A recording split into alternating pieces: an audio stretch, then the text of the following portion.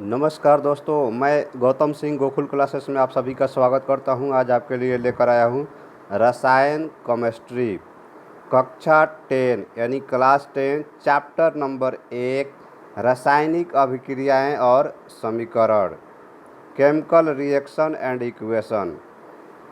Guess किया हुआ प्रश्न है ये, गेस किया हुआ क्वेश्चन है। VBI objective question NCERT pattern पर आधारित है।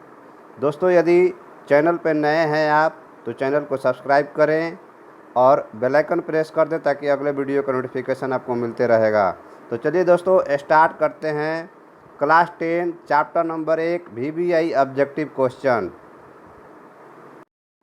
दोस्तों, पहला क्वेश्चन है हमारा, रासायनिक अभिक्रिया को व्यक्त किया जाता है। रासायनिक अभिक्रिया को व्यक्त किया जाता है। सबसे पहले यहाँ पर हम समझेंगे कि रासायनिक अभिक्रिया क्या है। जब कोई पदार्थ अकेले ही या किसी अन्य पदार्थ के साथ क्रिया करके एक या अधिक भिन्न गुण वाले नए पदार्थ का निर्माण करता है तो वह क्रिया रासायनिक अभिक्रिया कहलाती है। तो रासायनिक अभिक्रिया को व्यक्त किया जाता है किससे, तो आपको बताना है दोस्तों। तो आपको हम बता दें कि प्रत्येक क्वेश्चन का आपके पास जो है 4 ऑप्शन होगा। तो रासायनिक अभिक्रिया को व्यक्त किया जाता है संकेतों के रूप में, अणु सूत्र के रूप में, या रासायनिक यानी समीकरणों के द्वारा, या सरल सूत्रों के द्वारा। तो रासायनिक अभिक्रिया को व्यक्त किया जाता है संकेतों के रूप में। हमारा आंसर हो जाएगा क नंबर। बढ़ते हैं अगले प्रश्न की तरफ। अगला प्रश्न है हमारा, समीकरण के बाएं और दाएं दोनों ओर प्रत्येक प्रकार के परमाणुओं की संख्या समान होती है, यह समीकरण क्या होगा? असंतुलित होगा, संतुलित होगा, द्रव्यमान संरक्षण के नियम के प्रतिकूल होगा, या इनमें से कोई नहीं। तो दोस्तों, आपको हम बता दें कि अगर दाएं और बाएं प्रत्येक संख्या समान है परमाणुओं की तो संतुलित होगा। हमारा आंसर हो जाएगा ख नंबर। बढ़ते हैं अगले प्रश्न की तरफ। अगला प्रश्न है, निम्नलिखित में कौन समीकरण असंतुलित है? आपको बताना है इसमें से असंतुलित कौन है।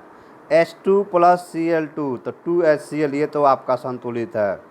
2KClO3, तो 2KCl आ गया, और 3O2 ये भी आपका जो है संतुलित है। PbNO3 PbO + NO2 + O2, last है आपका ऑप्शन 2H2 + O2, ये भी आपका संतुलित है। तो आपका आंसर हो जाएगा ग नंबर, क्योंकि ये आपका असंतुलित नहीं है। हमारा आंसर हो जाएगा ग नंबर। बढ़ते हैं अगले प्रश्न की तरफ। अगला प्रश्न है, निम्नलिखित में कौन समीकरण संतुलित है? अब आपको इसमें बताना है कि संतुलित कौन है। FeCl2 FeCl3 हो गया यहाँ पे, ये आपका जो है संतुलित नहीं है।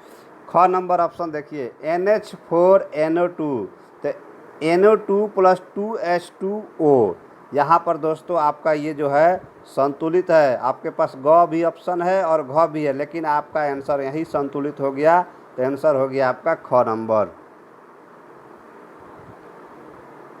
बढ़ते हैं अगले प्रश्न की तरफ। अगला प्रश्न है हमारा, कैल्शियम कार्बोनेट को गर्म करने पर कैल्शियम ऑक्साइड एवं कार्बन डाइऑक्साइड बनते हैं, यह किस प्रकार की रासायनिक अभिक्रिया है? तो दोस्तों, आपको हम बता दें कि ये रासायनिक अभिक्रिया जो है आपके पास ऑप्शन भी है, विस्थापन, उभय विस्थापन, उदासीनीकरण और अपघटन। तो आपका आंसर हो जाएगा अपघटन, घ नंबर। बढ़ते हैं अगले प्रश्न की तरफ। अगला प्रश्न है हमारा, क्लोरोफिल और सूर्य प्रकाश की उपस्थिति में पौधे वायु से कार्बन डाइऑक्साइड एवं पृथ्वी से जल ग्रहण करके अपना भोजन तैयार करते हैं, यह किस प्रकार की अभिक्रिया है? यह किस प्रकार की? तो दोस्तों, आपके पास ऑप्शन है संयोजन, प्रकाश रासायनिक, विस्थापन और अवक्षेपण। यहाँ पर हमारा आंसर हो जाएगा प्रकाश रासायनिक, ख नंबर।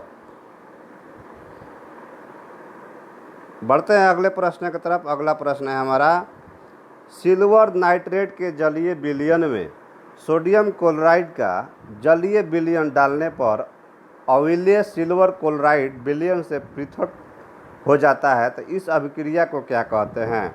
आपके पास ऑप्शन है उदासीनीकरण, अपघटन, अवक्षेपण या ऊष्माक्षेपी। तो आपका आंसर हो जाएगा दोस्तों अवक्षेपण, ग नंबर। बढ़ते हैं अगले प्रश्न की तरफ। अगला प्रश्न है हमारा, सोडियम हाइड्रोक्साइड और हाइड्रोक्लोरिक अम्ल के बीच अभिक्रिया होने पर सोडियम क्लोराइड एवं जल बनते हैं, तो यह अभिक्रिया क्या कहलाती है?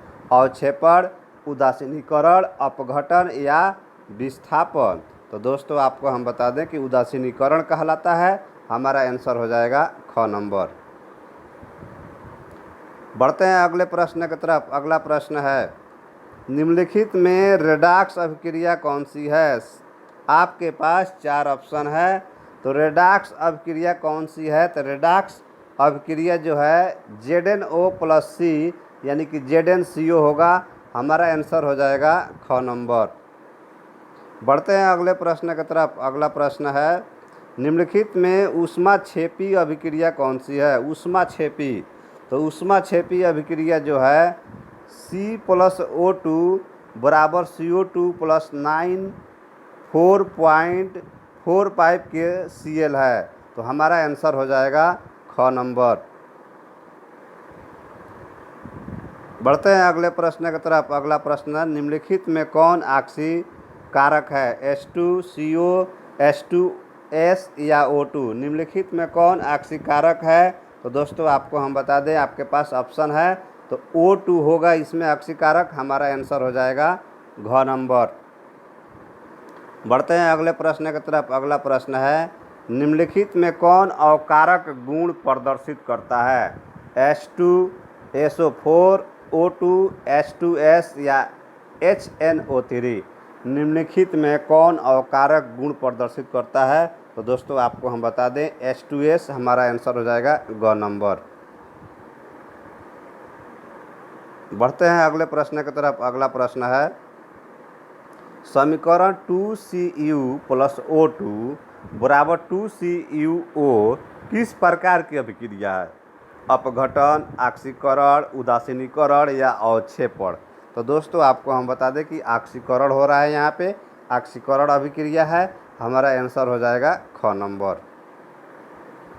बढ़ते हैं अगले प्रश्न की तरफ। अगला प्रश्न है, शरीर में भोजन का पाचन किस प्रकार की अभिक्रिया है? अवकरण, ऑक्सीकरण, उदासीनीकरण या वैद्युत अपघटन? शरीर में भोजन का पाचन किस प्रकार की अभिक्रिया है? तो ऑक्सीकरण अभिक्रिया है। हमारा आंसर हो जाएगा ख नंबर।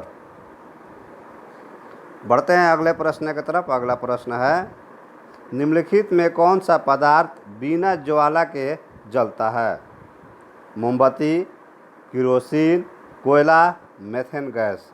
तो दोस्तों आपको हम बता दें कोयला पदार्थ जो है बिना ज्वाला के जलता है। हमारा आंसर हो जाएगा ग नंबर।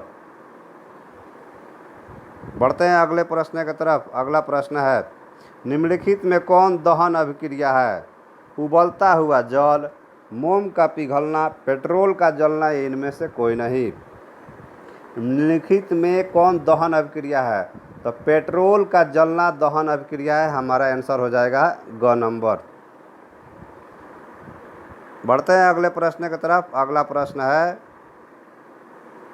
प्रकाश रासायनिक अभिक्रिया में प्रकाश का अवशोषण होता है, प्रकाश का उत्सर्जन होता है, पदार्थ का अपघटन होता है, प्रकाश का अपघटन होता है?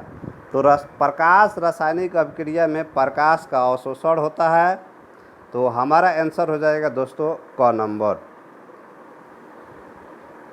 बढ़ते हैं अगले प्रश्न की तरफ। अगला प्रश्न है, अभिक्रिया 2PbO + C + 2Pb + CO2 में Pb ऑक्सीकृत हो जाता है, C का अवकरण होता है, PbO का अवकरण होता है या C का ऑक्सीकरण का कार्य करता है?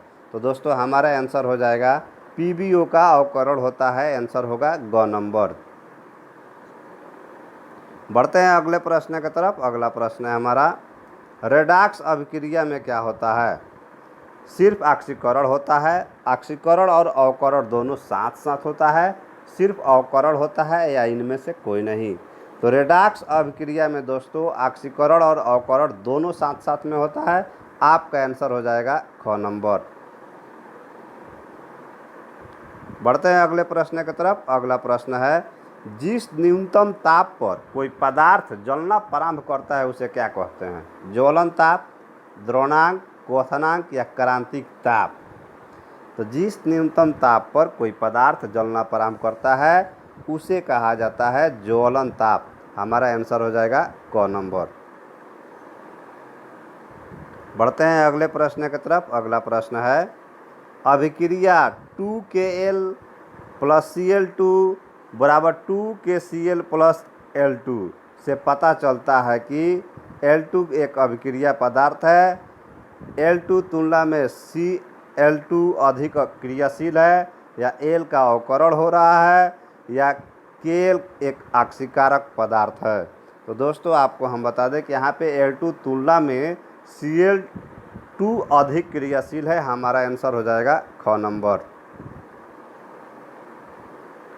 बढ़ते हैं अगले प्रश्न की तरफ। अगला प्रश्न है, द्रवित सोडियम क्लोराइड का विद्युत अपघटन करने पर क्या होता है? सोडियम धातु एनोड पर मुक्त होती है, सोडियम का ऑक्सीकरण होता है, सोडियम क्लोराइड अपरिवर्तित रह जाता है, क्लोरीन गैस एनोड पर मुक्त होती है। तो दोस्तों आपको हम बता दें कि द्रवित सोडियम क्लोराइड विद्युत अपघटन करने पर क्लोरीन गैस जो है एनोड पर मुक्त होती है। हमारा आंसर हो जाएगा घ नंबर। बढ़ते हैं अगले प्रश्न की तरफ। अगला प्रश्न है, खाना बनाने में प्रयुक्त द्रवीभूत पेट्रोलियम गैस का प्रमुख अव्यय है प्रोपेन, मेथेन, ब्यूटेन या एथेन। खाना बनाने में प्रयुक्त द्रवीभूत पेट्रोलियम गैस का प्रमुख अव्यय जो है दोस्तों ब्यूटेन है। हमारा आंसर हो जाएगा ग नंबर। बढ़ते हैं अगले प्रश्न की तरफ। अगला प्रश्न है, कली चूना और जल के बीच अभिक्रिया होने पर क्या होता है? पर्याप्त ऊष्मा का उत्सर्जन होता है, पर्याप्त ऊष्मा का अवशोषण होता है, ऊष्मा का न तो अवशोषण होता है और न ही उत्सर्जन। कली चूना का अपघटन हो जाता है। कली चूना और जल के बीच अभिक्रिया होने पर पर्याप्त ऊष्मा का उत्सर्जन होता है। हमारा आंसर हो जाएगा क नंबर। बढ़ते हैं अगले प्रश्न की तरफ। अगला प्रश्न है, संतुलित रासायनिक समीकरण विज्ञान के किस सिद्धांत पर आधारित होता है? न्यूटन के गति नियम पर, द्रव्यमान की अनवसरता के सिद्धांत पर, या सक्रिय ऊर्जा के सिद्धांत पर, या वेग नियम के सिद्धांत पर। तो दोस्तों आपको हम बता दें कि संतुलित रासायनिक समीकरण विज्ञान के द्रव्यमान की अनस्वरता के सिद्धांत पर होता है आधारित। हमारा आंसर हो जाएगा ख नंबर। बढ़ते हैं अगले प्रश्न की तरफ। अगला प्रश्न है, जिस रासायनिक अभिक्रिया में प्रतिफल के साथ साथ ऊष्मा का उत्सर्जन होता है उसे क्या कहते हैं? जिस रासायनिक अभिक्रिया में प्रतिफल के साथ साथ ऊष्मा का उत्सर्जन होता है उसे क्या कहते हैं? ऊष्मा क्षेपी अभिक्रिया, ऊष्मा शोषी अभिक्रिया, प्रकाश रासायनिक अभिक्रिया, या वैद्युत अपघटन अभिक्रिया। तो दोस्तों आपको हम बता दें कि जिस अभिक्रिया में प्रतिफल के साथ साथ ऊष्मा का उत्सर्जन होता है उसे कहते हैं ऊष्मा शोषी अभिक्रिया। हमारा आंसर हो जाएगा ख नंबर।